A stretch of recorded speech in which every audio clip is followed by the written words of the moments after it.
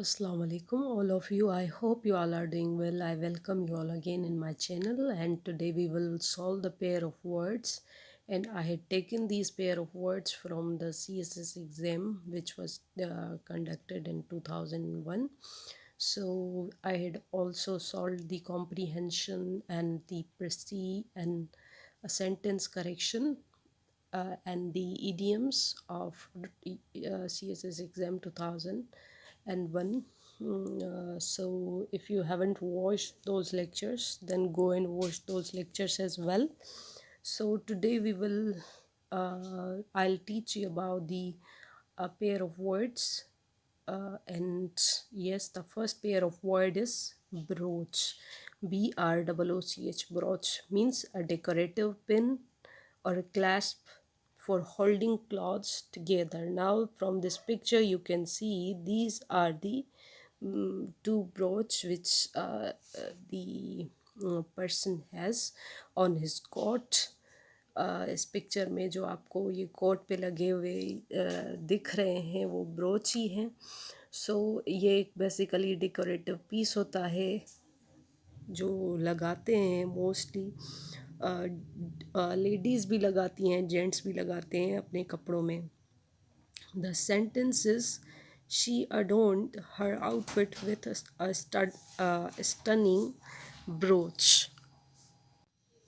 The sentence is also easy. She adorned her outfit with a stunning brooch. Means उसने अपने outfit को सजाया एक stunning brooch के साथ, एक खूबसूरत ब्रोच के साथ, स्टाइलिश ब्रोच के साथ. आप कुछ भी मतलब कोई भी सेंटेंस बना सकते हैं.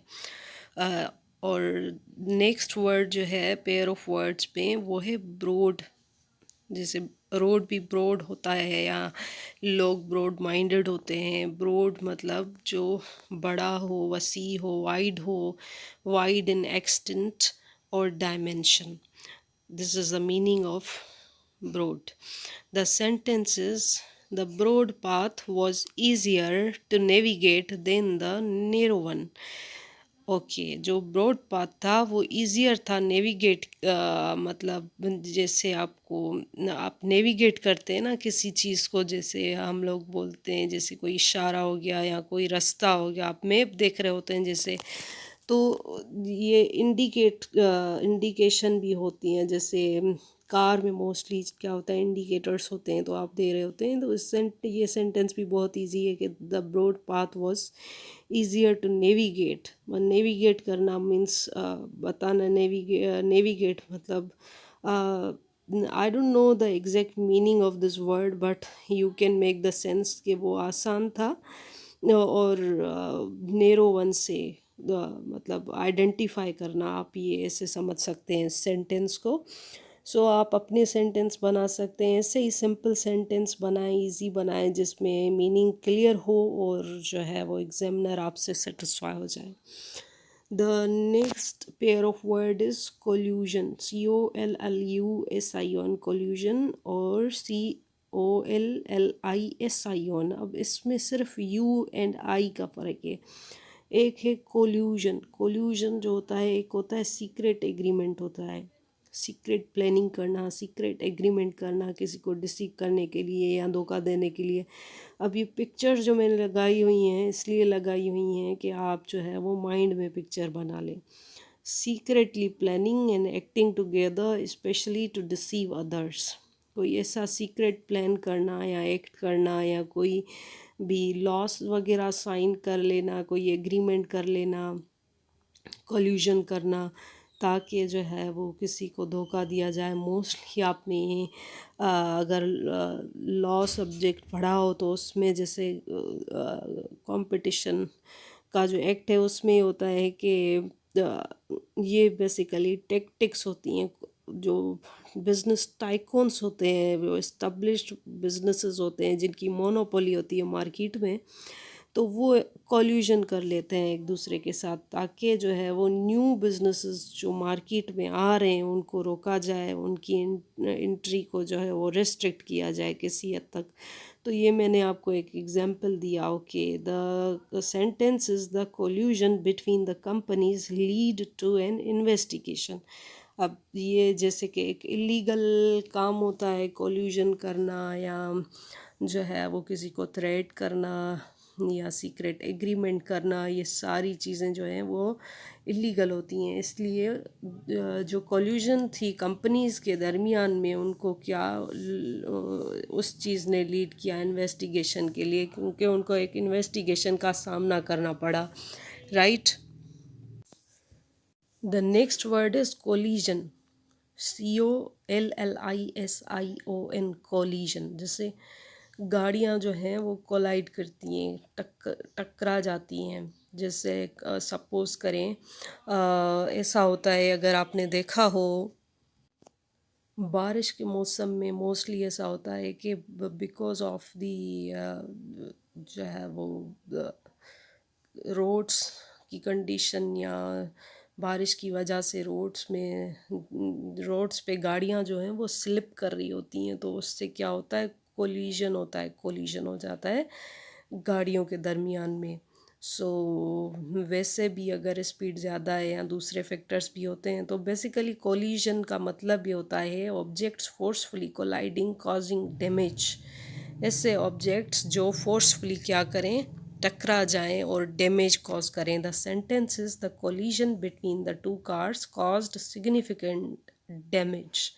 अब जो टक्कर हुआ दो कारों के दरमियान में, उसकी वजह से क्या हुआ, सिग्निफिकेंट मतलब अच्छा खासा डैमेज हुआ दोनों का, right. Okay, the next pair of word is fain, FAIN, fain, and FEIGN, feign. Okay, अब इसका मतलब ये है, FAIN, फीन का मतलब ये है रिलेक्टेंटली और अनविलिंगली किसी चीज़ को एक्सेप्ट करना। मतलब ऐसे सरकमस्टेंसेस आ जाते हैं समटाइम्स, जो चीज़ हमें ना भी करनी हो हम वो कर लेते हैं। तो इसका मतलब भी बिल्कुल सेम ही हो गया कि आप अनविलिंगली जो है वो अकॉर्डिंग टू द सरकमस्टेंसेस आप किसी चीज़ को करें। तो the sentence is she couldn't feign ignorance about the upcoming changes। इसमें ये है कि ये अनविलिंग है, इग्नोरेंस मतलब जहालत, जो शी कुडंट फील इग्नोरेंस, वो टॉलरेट नहीं करेगी इसको, जहालत को। अबाउट द अपकमिंग चेंजेस, जो अपकमिंग चेंजेस आ रही हैं। आप कोई भी सेंटेंस बना लें फीन का, जो आपको समझ आए आप वो बना लें। अगर आपको ये सेंटेंस सही नहीं लग रहा तो आप अपने हिसाब से फीन का जो है वो बना लें sentence. The other word is feign. Feign का मतलब होता है प्रिटेंड करना, कॉपी करना, एप करना, इम्यूलेट करना, सिम्युलेट करना। बहुत सारे सिनोनिम्स होते हैं इसके। और ये जैसे एप करना होता है, इमिटेट करना होता है, कॉपी करना होता है, तो उससे या फेक प्रिटेंड करना होता है, जो आप ना हो वो आप दिखा रहे हैं कि हाँ मैं ये हूँ। Okay, the meaning is to pretend और फॉल्सली रिप्रेजेंट समथिंग। मीन्स आप जो है वो फेक प्रिटेंड कर रहे हैं कि हाँ मैं ये हूँ पर आप नहीं हैं। जैसे इस पिक्चर में देखें कि दोनों बंदे जिनको मास्क पहना हुआ है, मतलब ये अपना चेहरा छुपा रहे हैं और हैं कुछ मतलब कोई और दिखा कुछ और रहे हैं खुद को, मतलब आइडेंटिटी अपनी वो शो नहीं कर रहे। The sentence is he had to feel happiness at the party even though he was not feeling it. उसने वो क्या कर रहा था कि जो है वो फील कर रहा था, प्रिटेंड कर रहा था कि हाँ वो खुश है पार्टी में, but even though he was not feeling it, उसको कुछ ऐसा फील नहीं हो रहा था, हैप्पीनेस या कुछ भी खुशी नहीं हो रही थी उसको, तो वो जस्ट प्रिटेंड कर रहा था कि हाँ मैं तो खुश हूँ। Okay, the next word is hoard. Hoard का मतलब होता है एक्यूमुलेट करना, गेदर करना। यस, तो हॉर्ड का मतलब होता है एक्यूमुलेट करना, गर्नर करना, गेदर करना, हॉर्ड करना, या जमा करना, ज़ख़ीरा अंदोज़ी करना। मतलब ये चीज़ भी जो है वो बिज़नेस में इलीगल समझी जाती है। जो अननेसेसरी लोग होर्डिंग करते हैं वो इलीगल होता है। तो the meaning is accumulate and store something in a large quantities often excessively. मतलब इतना ज़्यादा accumulate करना, ज़्यादा क्वांटिटी में, लार्ज अमाउंट में किसी चीज़ को हम क्या करते हैं, accumulate करते हैं, गेदर करते हैं, गर्नर करते हैं, स्टोर करते हैं, right? The sentence is the dragon hoarded treasures in its lair. Okay, this was the sentence. So basically जो traders भी होते हैं वो क्या करते हैं, hoard करते हैं because they want to control the market. आप कोई ऐसा sentence भी बना सकते हैं। ये तो कोई ड्रैगन का जो है वो dragon hoarded treasures in its lair. So I think this is not the suitable sentence. अगर आपको लग रहा है तो आप ये भी लिख सकते हैं, नो इशू। बट आप ये जो मैंने आपको सेंटेंस बताया कि दी मोस्टली द ट्रेडर्स और दी retailers or the wholesalers mostly do hoarding so that they control the market or etc. Like these type of sentences you may make. Horde, HORDE, horde, a large group of crowd, एक बड़ा जो झुंड होता है लोगों का, और जिसे हम मेड़ कहते हैं, सिंधी में मेड़ बोलते हैं, या कॉन्ग्रीगेशन भी होता है, जो कॉन्ग्रीगेशन भी कहते हैं हम लोग लोगों के ग्रुप को, रिलीजियस जो गैदरिंग होती है। और मतलब डिफरेंट वर्ड्स यूज़ होते हैं डिफरेंट ओकेजन्स के लिए। तो आप ये हॉर्ड का बेसिकली मतलब होता है large group of crowd, large group of crowd. The sentence is the horde of zombies advanced towards the survivors creating chaos. अब ये भी जो है वो किसी एक zombies के horde की बात की गई है जो मूव कर रहे थे, सर्वाइवर्स क्रिएटिंग chaos क्रिएट कर रहे थे, मीन्स अपहीवल आप बोल सकते हैं, क्रिएट कर रहे थे, या हल्ला बुलाई, different perma crisis. There are different words related to the chaos as well. Okay, the next word is illusion. ILLUSION. Illusion. Illusion means a deceptive appearance or impression. Means the appearance ही ऐसी है कि जो है वो एक मतलब दिखाई कुछ दे रहा है और है कुछ और। Okay, the deceptive appearance or impression. So the sentence is the magician created an illusion that left the audience amazed. मतलब ऐसी तो उसने illusion क्रिएट की, एक deceptive appearance क्रिएट की कि सारे जो ऑडियंस थे वो amazed ही रह गए ना। Delusion. The next word is delusion, means strongly held belief or opinion that is not based on fact or reality. ऐसा belief या ऐसा opinion जो बेस करे रियलिटी पे ना, बट जो मतलब राइट ना हो, जो रॉन्ग हो, जो असल में हकीकत ना हो। अब ये देखें, है तो ये बिल्ली, पर उसको जो है वो लॉयल लग रहा है कि ये शेर है इस मिरर में, तो ये मतलब हमें दिखता कुछ है और होता कुछ है। तो ये समटाइम्स होता है, हर किसी के साथ ही लाइफ में आप फेस करते होंगे। लोगों में भी आपने ये डिल्यूजन देखी होगी, या ये आपको डिल्यूड कर रहे होते हैं mostly. The sentence is the delusion that he was invincible lead to his downfall. जो उसकी एक डिल्यूजन थी, एक बिलीव था, स्ट्रॉन्ग बिलीव था कि ही इज़ इनविंसिबल, मीन्स के वो जिसे आप डार्क हॉर्स बोलते हैं ना, कि अनएक्सपेक्टेड विनर है, या खुद को मतलब वो समझ रहा था कि ये बंदा जो है ना वो हारता नहीं है कभी, ये हारेगा नहीं। पर वो उसकी एक डिल्यूजन थी जो सबब बनी डाउनफॉल का। Okay, the next word is persecute. PER, persecute, persecute. Okay, just focus on the spellings. Persecute. and the other word is prosecute. Persecute means to harass, oppress, or oppose someone because of their belief, race, etc. The government persecuted dissenters in an attempt to silence them. या जैसे ये पर्सिक्यूट किया जाता है mostly लोगों को जो मतलब कमज़ोर हों या जो डाउन ट्रोडन लोग होते हैं उनको भी जो है वो मोस्टली ऑप्रेस किया जाता है, पर्सिक्यूट किया जाता है।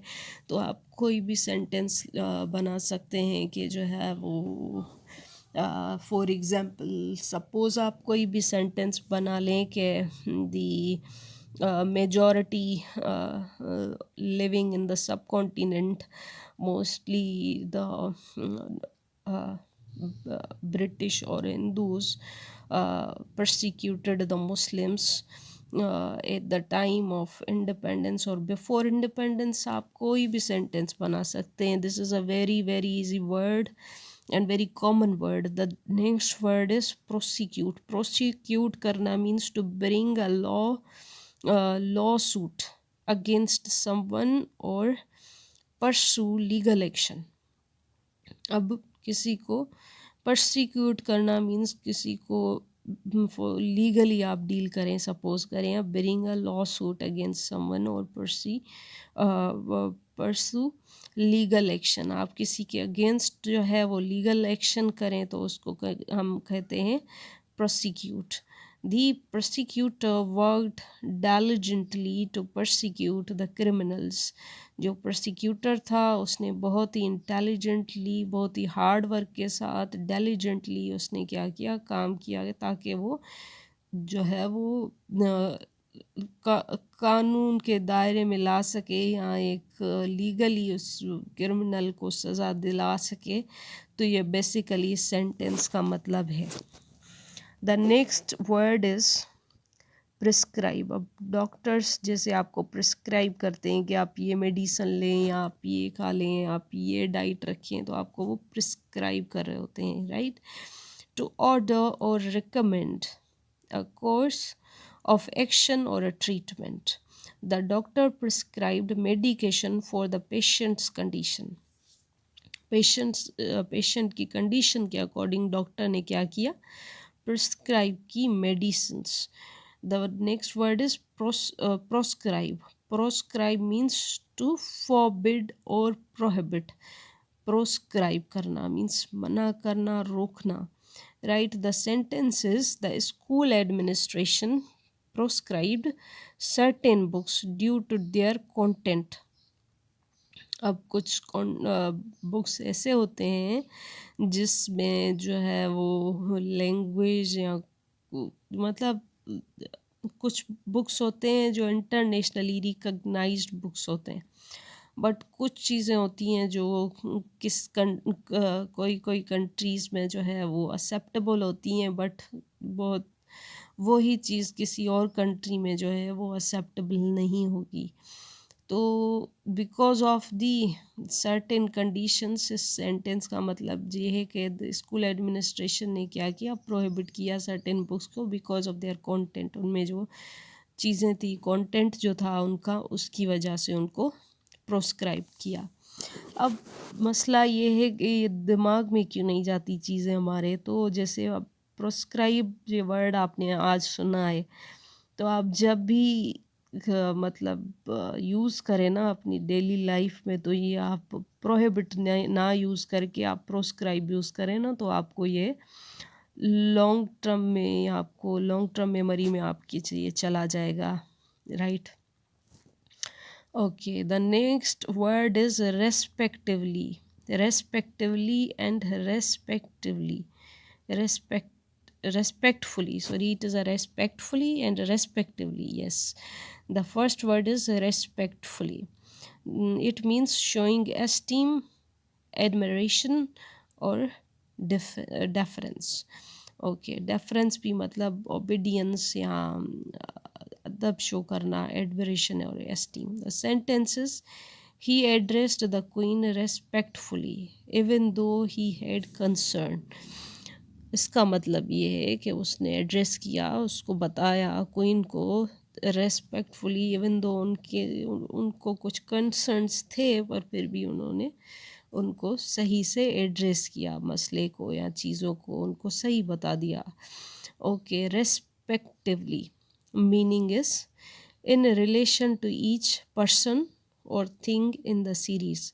अब जैसे हम बच्चों को बोल रहे होते हैं कि ब्लू को ब्लू में डालें, ग्रीन को ग्रीन में डालें, और जो है वो ऑरेंज को ऑरेंज में डालें, या वन के बाद टू आएगा एंड टू के बाद फिर थ्री आएगा एंड रेस्पेक्टिवली फिर ये आएगा वो आएगा, हम लोग ऐसे ये मोस्टली ये वर्ड यूज़ कर रहे होते हैं। तो the meaning is in relation to each person और a thing in series. The sentences the siblings respected their elders and their elders respected them respectively।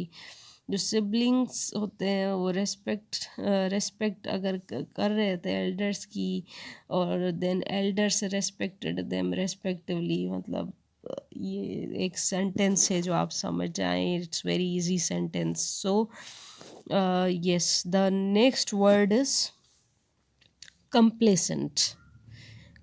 The first word is complacent and the other word is complacent. The complacent means self-satisfied and smug without being alert to dangers or deficiencies, right? Complacent means satisfied रहना, और जो है वो contented रहना, but ये है कि तत्पर नहीं रहना, कि मतलब अलर्ट नहीं रहना कि क्या डेंजर्स हैं या deficiencies in the sentences. The complacent employee did not take the initiative to learn new skills। अब जो satisfied employee था, जिसको चीज़ों का पता नहीं था कि टेक्नोलॉजी चेंज हो रही है, अब AI बेस्ड जॉब्स आ रही हैं, तो मेरी जॉब लूज़ भी हो सकती है, तो मैं अपने स्किल्स को इम्प्रूव करूँ। अगर मैं अपने स्किल्स को इम्प्रूव ना करूँगा तो it will threaten not only my survival but also the survival of the organization. पर अगर ऑर्गेनाइजेशन के सर्वाइवल को इम्पेक्ट ना भी पड़े तो उस बंदे को तो पड़ेगा, क्योंकि वो अब खुद को अल्टर नहीं कर रहा, जैसे टेक्नोलॉजी चेंज हो रही है और चीज़ें चेंज हो रही हैं। तो that is why in this contemporary word we must be what we must adopt the certain skills which are the demand of an hour, which are required or which are desired by the organization. Okay, the next word is complacent, means willing to obey or please others, especially in small matters। लोगों को क्या करना, please करना, ओबे करना, especially small matters में। the complacent waiter went above and beyond to make sure the customers were satisfied। yes, जो waiter था, एक विलिंग या एक क्या ओबीडियंट किस्म का जो वर्कर था, जो वेटर था, वो क्या कर रहा था, अपना पूरा एफर्ट लगा रहा था ताकि उसके कस्टमर्स जो हैं वो सेटिस्फाइड रहें। Okay, it's all about the pair of words. तो मैंने पहले भी आपको जैसे बताया कि मैंने प्रेसी भी सॉल्व करवाई है, कॉम्प्रीहेंशन भी सॉल्व करवाई है, एरर्स, पेयर ऑफ वर्ड्स और जो है वो ईडियम्स सारे मैंने 2000 ईयर के एंड 2001 ईयर के भी मैंने करवा लिए हैं पूरे सॉल्व। तो अगर आपने वो वीडियो मेरी नहीं देखी हैं तो आप जाके देख लें, क्योंकि those videos are also very useful. And अगर आप मेरे चैनल पे नए हैं तो please don't forget to hit the like button and subscribe my channel, because it always keeps me motivated and it took a lot of efforts to make the video for you guys. So please don't forget to subscribe and like and share your opinion and your suggestions in comment box. Thank you.